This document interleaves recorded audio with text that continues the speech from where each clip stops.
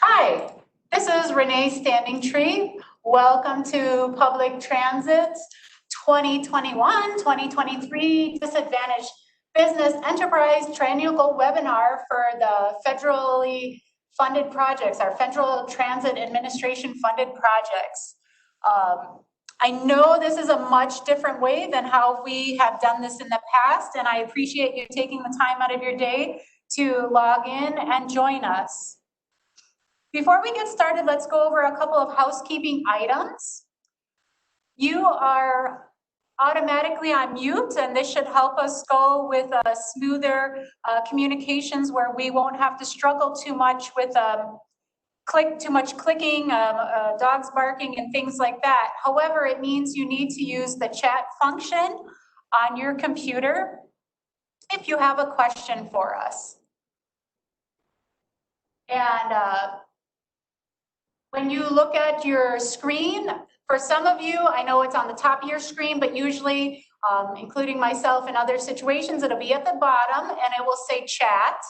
And if you click on this, you can type in your question and hit enter, and it will send over, and one of the staff people will be able to read it and will be able to address your question.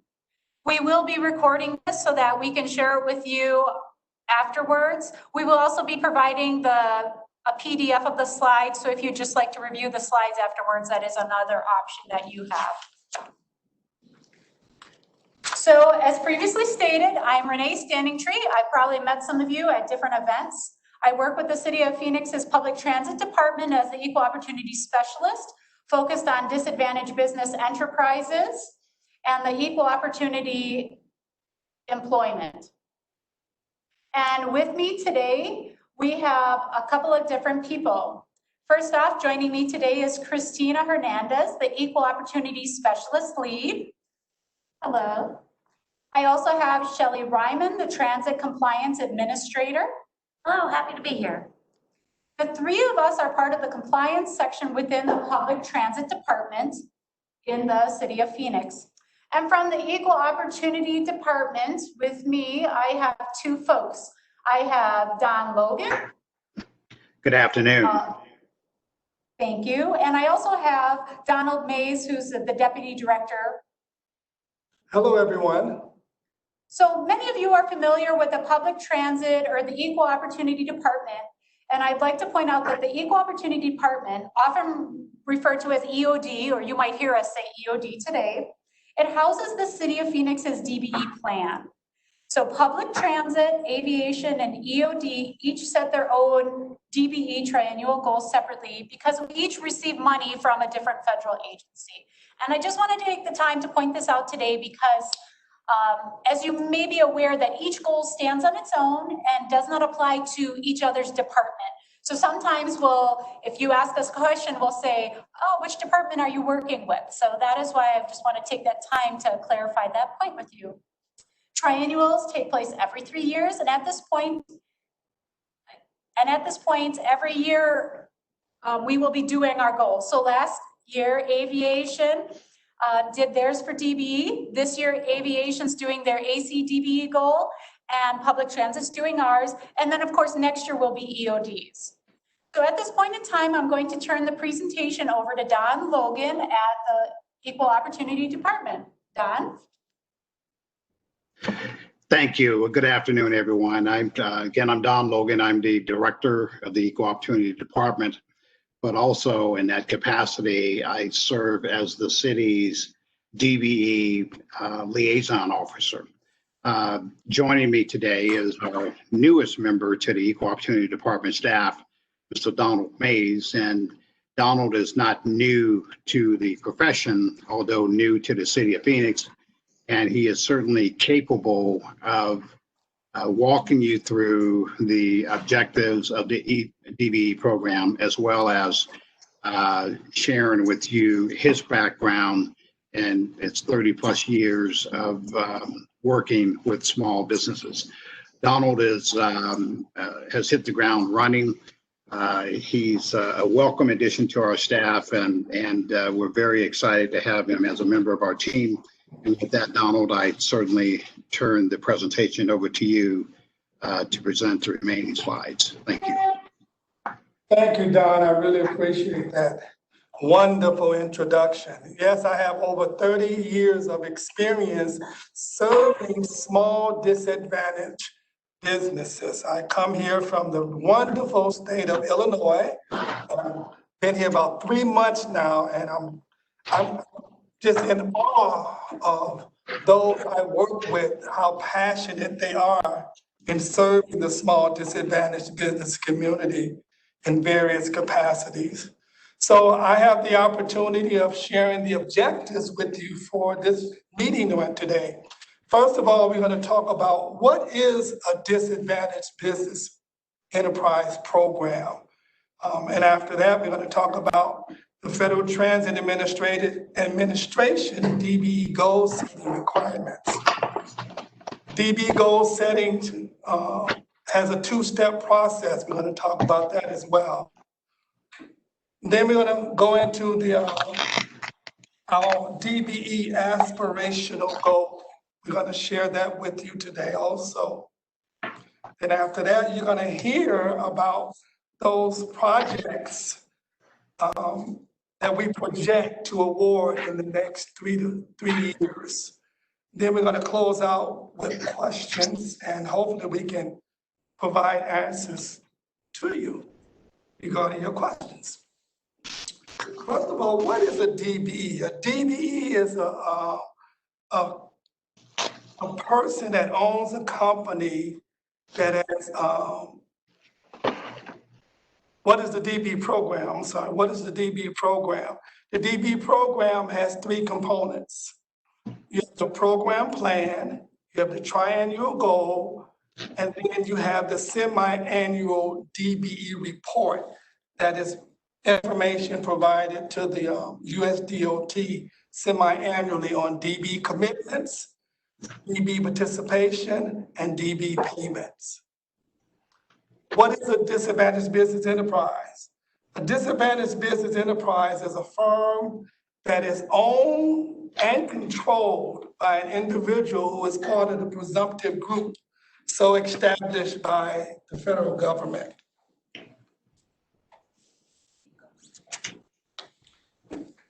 And they must have 51% ownership and control of the firm.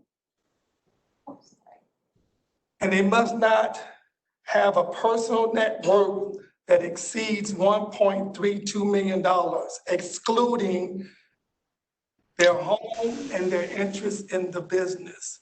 In addition, the owner of the company, of the firm, must be a United States citizen or permanent legal resident. I want to emphasize that the individual or individuals that own the company must not only have ownership, but control of the day-to-day operation of the business. Who must set a DBE goal? Well, those recipients of the federal funding must be an agency that is expected to award more than $250,000 in FTA-funded prime contracts within a given period of time. And those of you that are listening, if you haven't done so already, I would like to encourage you to read the regulations 49 CFR Part 26 and Part 23 at least one time.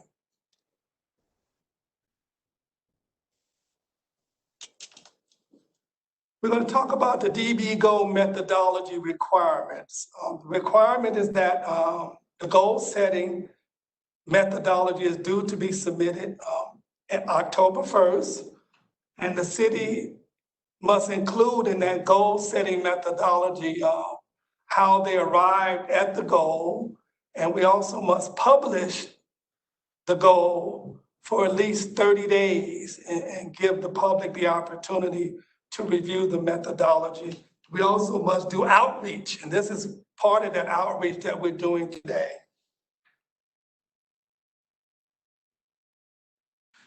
There are 2 means of meeting the DBE goal. Either you have a race neutral goal, which means that you have a number, but there's no actual how should I say this? I want to be careful.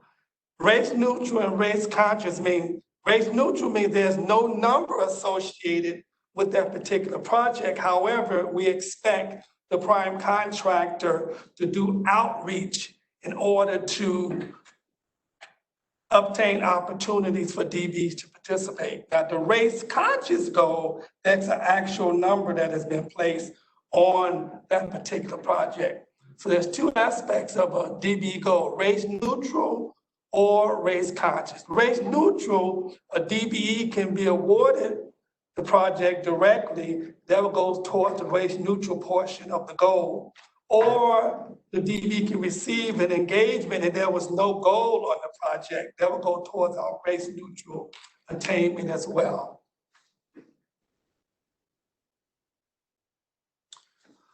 Also, the prime contractors utilize DBEs without there being a goal. That's DB race neutral also. Or there's been some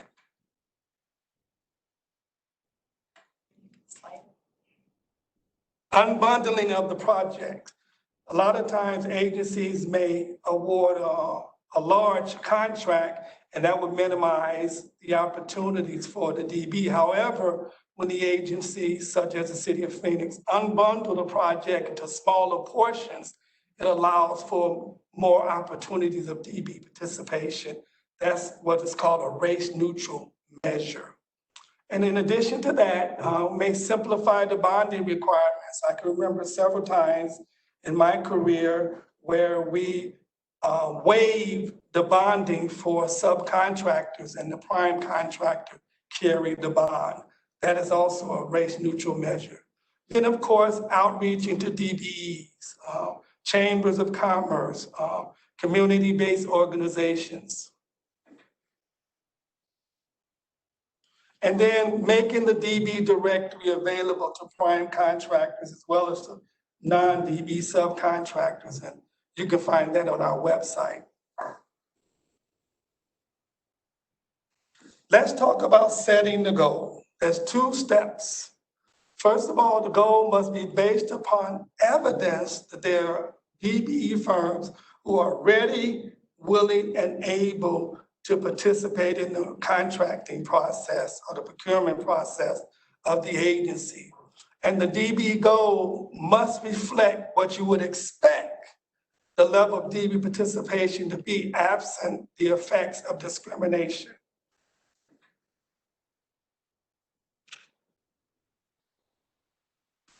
And the methodology used to set the DB goal, there's a mathematical equation. First of all, look at the DBs in the trade areas. And the trade areas identified by NAICS code. And then you divide that number by all the firms in the trade areas, including DBEs, and that would give you a relative availability based number. And in that base number, you have to use all available data. For example, what is anticipated, what type of projects are anticipated for that 3-year period? Not only within the agency, but other agencies as well, because that would affect the availability of DBEs in that particular NAICS code. And then there's a weighting part. Once the base figure has been calculated, then the City of Phoenix would examine other evidence available to determine what, if any, adjustments need to be made to that particular base figure.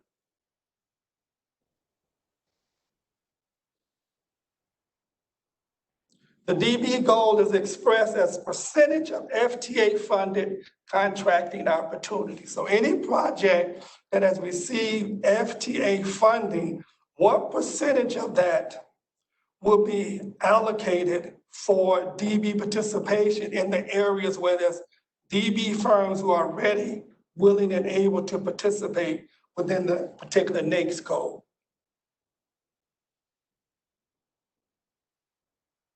Also, what is part of the goal setting process is that we receive input from other stakeholders who have a vested interest in the DBE program. And then, as I mentioned earlier, there's a 30-day comment period. Then, of course, we're going to post the goal online on our website. And our aspirational goal for the next 3 years is 7.73%. And now I'll turn it over to Renee, who will explain some of those projects that I talked about earlier.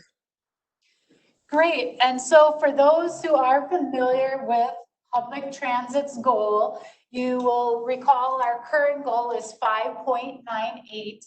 So that our draft goal for right now, the 7.73% is an increase of what we currently have. And so one of the highlights of this presentation is to go over the FTA funded projects with you that we have going on or our subrecipients have going on. Please keep in mind there's multiple sources of funding, so we're just looking at FTA projects at this point in time. So I'll start with the City of Phoenix projects. We have an alternative transportation programs contract coming up. And this is a type of contract that works with seniors and disabled individuals in transportation. And this has to do with the administration of the project. With our bus inspection services contract that'll be coming up, this is a type of contract where people go out and inspect the bus or vehicle during a build. This is an area that in general, there aren't a lot of firms that do this work, whether they're small businesses or not. If you are ever interested in this, I gotta tell you, there's definitely room for, in my personal view, there's not a lot of companies that do this. So keep this in mind if you're ever interested in or developing a bigger scope of your own services. So we have fare boxes down. This would be fare box construction or possibly refurbishment of the fare boxes and electrical wiring. So this is the fare boxes that will just take coins and dollars. So while we are working on going, not using money, we still have to have that option available. So this is literally going to be a fare box that can take cash. That is what this is about. And then the electrical wiring is the installation of these fare boxes back into our fleet of buses. The Levine and 59th Avenue Park and Ride. This has different phases, and this first slide represents the pre-design and the feasibility study of this. So that involves civil engineering and a land survey. The next phase of this will be the design phase. This we have estimated out plumbing, mechanical, and as you can see, civil engineering, land survey, landscape, and electrical work. Now the next step is they have right of way. This has to do with real estate appraisal. And then we have the construction phase. You can see a lot of trades listed there, and this is the actual construction of the park and ride. There will be landscaping, and there will be, at least to my early overview of this project, there should be a small building like for the guard, like a guard building, I guess you would reference it as. So mostly it's going to be a lot of asphalt, concrete, and then of course the landscaping and drainage for those items. And it would have, most likely would have some type of shading for the vehicles. And then if you can see, we've switched over to Valley Metro. Valley Metro is one of our subrecipients. They have an operations cleaning services contract coming up later this year. This one has to do with cleaning services for rail, which is a multi-part, as you can see. It's like the park and rides, the facilities, and the vehicles themselves. The operator facilities, security offices, so passenger stations, and other locations that could be assigned to that, but especially the light rail vehicles. So if you're interested in this, keep an eye out on Valley Metro's website. Valley Metro also has the Capital I-10 West Phase 1 light rail design. This one will, it says to be determined, but it's in the next 3 years. Likely it will be about 2 or 3 years out, but it'll still be within this triennial period. This is the design phase. So again, this one has multiple phases. This would be the design for the light rail that would go from downtown to about the Capitol to I-10, so about that location. The other part of it is most likely going to be a CMAR, and again, this is to be determined exactly when they will start. But this would be all the phases necessary to construct the light rail. This is going to include electrical, conduits, concrete, trucking, site prep, the demolition, the rail materials, that rail install of the units so that the tracks, there'll also be a few stops, and of course, I said conduits, but the utility relocation. So that will be broken down a little bit more fine than what I have here on the screen, but at this point in time, that's as fine in details. But if you're familiar with other CMARs and light rail, you'll know that there's quite a lot of details that go into the building of rail.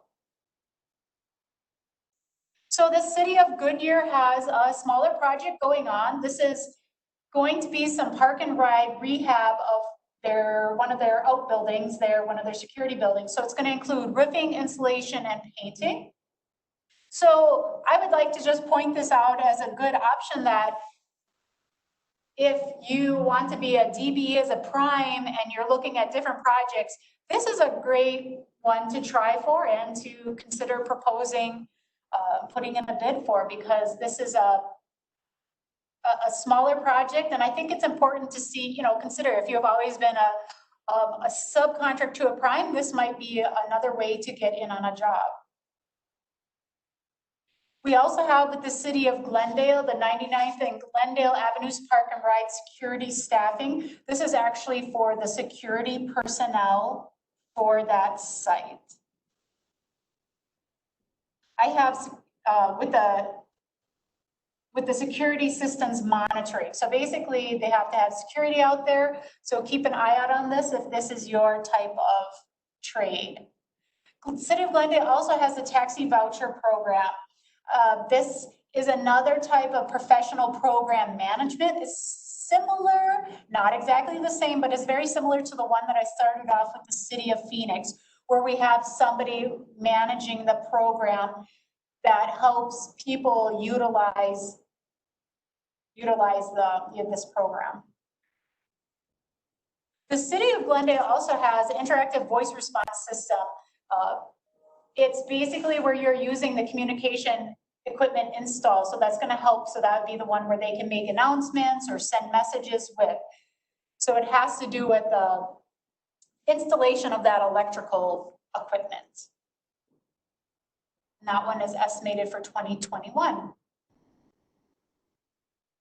And as you can see, I went over those very briefly, but if there's something that interests you, I urge you to keep those in mind.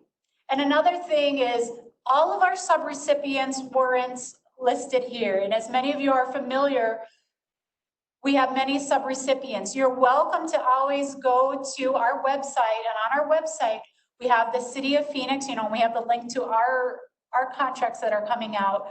Valley Metro, City of Glendale, Surprise, Buckeye, Scottsdale, Tempe, Mesa. Keep in mind, we have all of our subrecipients. Even if they're not receiving FTA funding, we urge you to look at their websites and check out what bidding opportunities they have coming up and what might apply to you and where you might have some other opportunities. You're always welcome to call me and we can discuss this and walk through it. But this is what we have the next 3 years, and that's the end of our presentation at this point in time. So if there are any questions, I would like you to send them over and we'll go through some of those with you right now. There's a couple on the chat. Great. Do you want to read them? So give me a moment. I will look at some of the questions.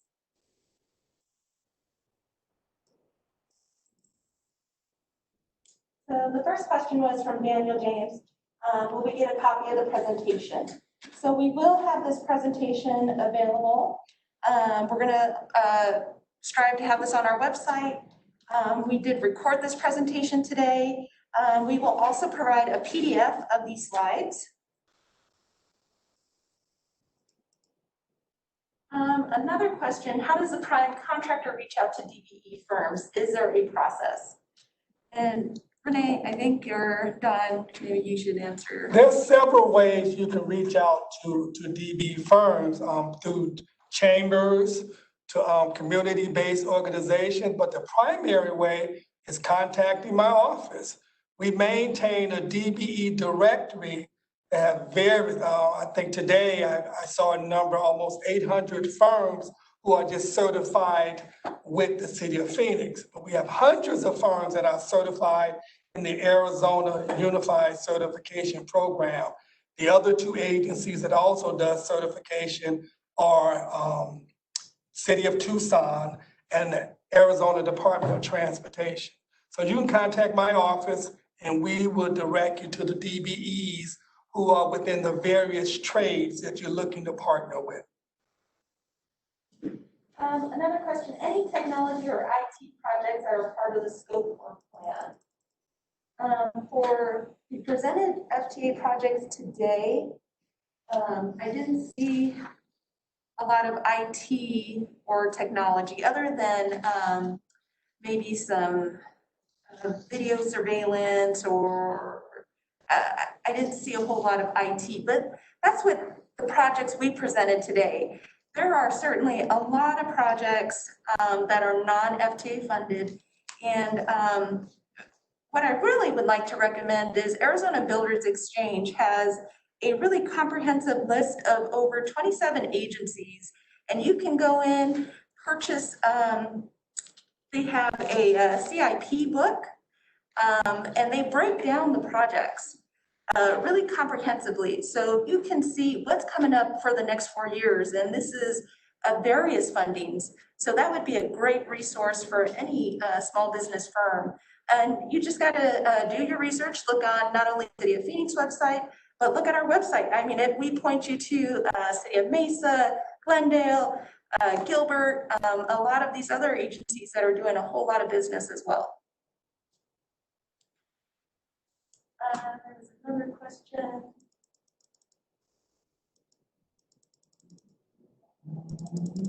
Can you post the web link to look for DBE contracts available? Absolutely. Absolutely, we can post the web links for the DBE contracts. It'll be in part of the presentation as well. Yeah, and one of the things I'd like to mention about the link for finding other DBEs is that not just with FTA funded projects, and as Chris was saying, like whether they are with the City of Phoenix or with another agency, but that's another great thing to consider when you are putting together a bid for some work, that if you have another DBE that you have a good working relationship with, we encourage you to consider partnering with them and working with each other's strengths on some of these bids, especially if you're looking at bidding and maybe you've always bid as a subcontractor. That's just something to consider to also build a bank of people that you may possibly partner with. We'd also like to point out, before COVID, we would have our pre-bid meetings. And as many of you are familiar, as we each did it a little bit different style, whatever city or subrecipient I'm speaking of. But one of the options is that if you were in the room, you could see the primes that were there. You could access the sign-in. Now, it is going to change a little bit going forward, but one of the things we'd like to remind you about, any projects, right? We're public entities. Public meetings where we have pre-bids are public information. So after they are held, even if you can't make it or you have a conflicting meeting, you can always log in or look into their website, and then you can see the list of attendees, and there you can look through, okay, I'm interested in working on, let's say, for example, the rail project. you know your skills and abilities fits with what they're looking for, then you can look and see, okay, these are the 5 prime contractors that signed in and attended to the pre-construction. Even if it's a webinar, you can still access that information. So then you can say, okay, I'm going to reach out to these individual prime contractors. This is how we used to do it in person, but even going forward, I think we need to maintain our flexibility as how we look out to reaching out. So of course, Donald Mays and myself and our teams will help you with that. But keep in mind, those online resources, you know, are going to be a great tool for you to see, hey, look it, I've talked to that person about a year ago and I see that they're looking at bidding on this project. So I'm going to reach out to them again. And then that way it helps build your relationship with those prime contractors and helps build your ability to bid on those contracts, especially when there's some of the larger ones. That's a good point, Renee. As a matter of fact, I would suggest they start contacting the potential primes now. Everybody know who the players are in the area. You don't want to wait until something is out on the street for bid. You may want to start doing some preliminary connection with the potential prime, saying you've seen this come up as a 5-year look ahead, 3-year look ahead. I would like to partner with you. Yeah, that's great. So keep that in mind. If you're not as familiar with doing that, again, we're here to help you and we can help you think about that. Remember, once you have bid on these projects and you're moving forward, it's public information. Obviously, sometimes when it's some of our construction projects, it's a bit obvious. You just drove past and you see the name. And other times you need to look it up, maybe because there's no outward sign, but that's great. So just keep those in consideration. Are there any more questions? If anybody has any other questions, please go ahead and send those and we'll get through them.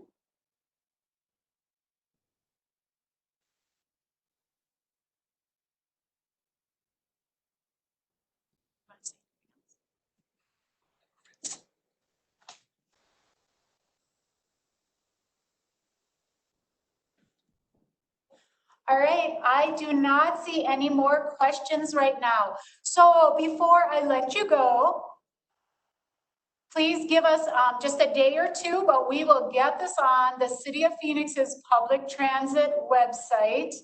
We will have a PDF available of the slides. We will also have this recorded format. Barring any technical difficulties, I think it went fine. So we'll have that available. If you weren't able to listen to it, or you have another coworker that'd like to listen to it, they can always watch that. We also have a 30-day comment period coming up. So for that, if you have any questions, concerns, I'm going to have my information up there. Donald Mays' contact information will be up there. We are your main contacts for this triennial process. If you just have more questions about the process, feel free to ask us now. Keep in mind, you can always join next year with EOD's process. It's a different funding source, but that's what this is about, is to involve the public and just make you understand like how you do fit in, and so that how you can comment on these things. So again, it will be clear, and I thank you for your time and participation, and I look forward to any questions or comments that you may have. All right, thank you so much for your time.